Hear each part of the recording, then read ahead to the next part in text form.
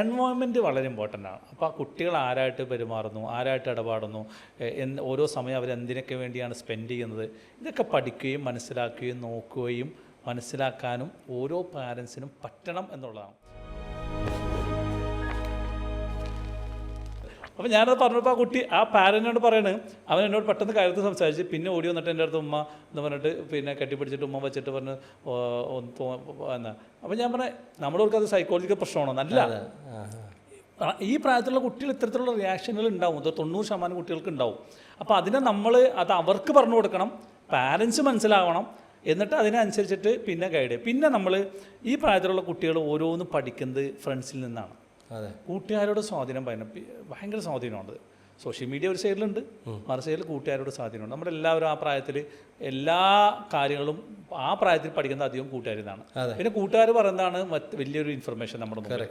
സത്യത്തിൽ ആ കൂട്ടുകാരുടെ സൈഡിൽ പറഞ്ഞോട്ടെ, അവരുടെ സ്വാധീനം ഉണ്ടായിക്കോട്ടെ, അതേപോലെ തന്നെ അവർ പറഞ്ഞു കൊടുക്കുന്നതിൽ ശരികളും തെറ്റുകളും ഉണ്ടാവില്ല.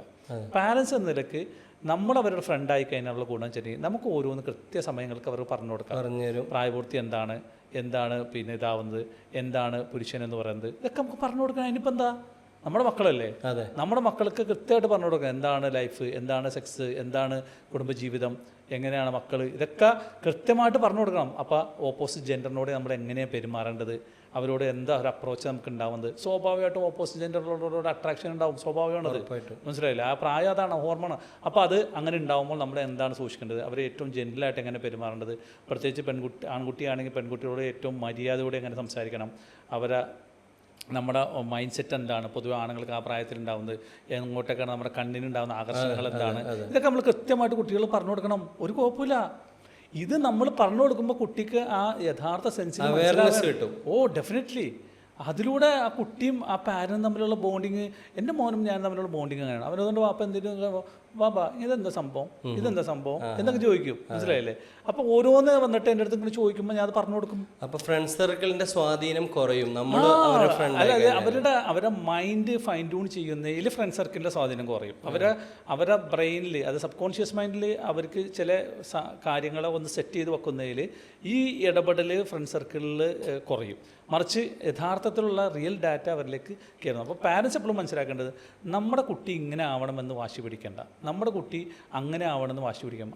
അവരായിട്ട് തന്നെ ഉൾക്കൊള്ളാം. ഇപ്പം പാരൻസ് നമ്മളെ കുട്ടി ഇങ്ങനെ ആയിരിക്കണം എന്നുള്ള ചിന്ത വരുന്നതിൻ്റെ പ്രധാന ഒരു കാരണം മറ്റു കുട്ടികളെ കമ്പയർ ചെയ്യുന്ന ഭയങ്കരമായ ഒരു ഡിസാസ്റ്ററാണ് ശരിക്കും. അതുണ്ട്. അത് ശരിക്കും അതിലൊന്നും കാര്യമില്ല. കാരണം വെച്ചിട്ടുണ്ടെങ്കിൽ ഇപ്പോൾ എൻ്റെ 2 മക്കൾ, ഒരാൾ ഒരു നേച്ചർ, വേറെ ഒരാൾ വേറെ നേച്ചർ, രണ്ടുപേരും ഒരേ വീട്ടിൽ ജനിച്ചു, രണ്ടുപേരും ഒരേ പാരൻസിൻ്റെ മക്കളായിട്ട് ജനിച്ചു. അതങ്ങനെയാണ്. അത് എന്തുകൊണ്ടാണ് തന്നെ നമ്മൾ ഇപ്പോൾ ഞാൻ നേരത്തെ ഒരു ടീച്ചറിൻ്റെ കഥ പറഞ്ഞപ്പോൾ ഞാൻ മാത്രമേ ചിലപ്പോൾ ടീച്ചറിൻ്റെ ആ കഥ ആ സെൻസിൽ മനസ്സിലാക്കിയിട്ടുണ്ടാവുള്ളൂ, വേറെ കുട്ടികൾ ചിലപ്പോൾ മനസ്സിലാക്കിയിട്ടുണ്ടാവില്ല. നമ്മളൊരു കാര്യം കേൾക്കുമ്പോൾ പലരും കേൾക്കുന്നത് പല രീതിയിലാണ്, പലതും ഒബ്സർവ് ചെയ്യുന്നത് പല രീതിയിലാണ്, പലരും ബ്രെയിനിലേക്ക് കയറ്റുന്നത് പല രീതിയിലാണ്. അപ്പോൾ പലർക്കും പല സ്വഭാവമാണ്. നമ്മൾ ആ സ്വഭാവങ്ങളെ ഉൾക്കൊണ്ടുകൊണ്ട് അതിനനുസരിച്ച് കുട്ടികളോട് സംസാരിച്ചാൽ ട്രമൻഡസ് ചേഞ്ച് കുട്ടികളിൽ നമുക്ക് ബിൽഡ് ചെയ്തെടുക്കാൻ പറ്റും. അപ്പോൾ നമ്മളെപ്പോഴും പാരൻസ് അവരെ ഉൾക്കൊള്ളാൻ ശ്രമിക്കുക, അവരെ ഗൈഡ് ചെയ്യുക. ഇതിൽ ഏറ്റവും ഇമ്പോർട്ടൻ്റ് ആയിട്ട് മറ്റൊരു വിഷയം കൂടിയുണ്ട്. കുട്ടികളുടെ എൻവയോൺമെൻറ്റ് വളരെ ഇമ്പോർട്ടൻ്റ് ആണ്.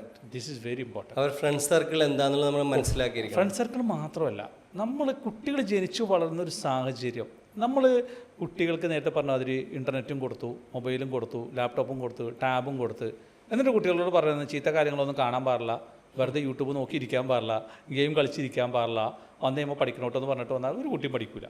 ഇല്ല. അവിടെ നമ്മൾ അതിൻ്റേതായൊരു പ്രൊസീജിയർ കൊണ്ടുവരാം. നമ്മൾ അവർക്ക് സെൽഫായിട്ട് ഇതൊക്കെ സ്വന്തമായിട്ട് ഇതൊക്കെ എല്ലാ ആക്സസിബിലിറ്റിയും കൊടുത്തിട്ട് കുട്ടികളെ വിട്. നമ്മളെങ്ങനെയാണ്, നമുക്കിപ്പോൾ പിന്നെ മൊബൈലും കിട്ടി ഇൻ്റർനെറ്റും കിട്ടിയാൽ നമ്മൾ എത്ര നേരം ഇങ്ങനെ തോണ്ടിയിരിക്കും? അല്ലേ? സ്വാഭാവികമായിട്ടും മക്കളെ തിരിച്ചു ചോദിക്കും, മൊബൈലിലല്ലേ ചോദിക്കും.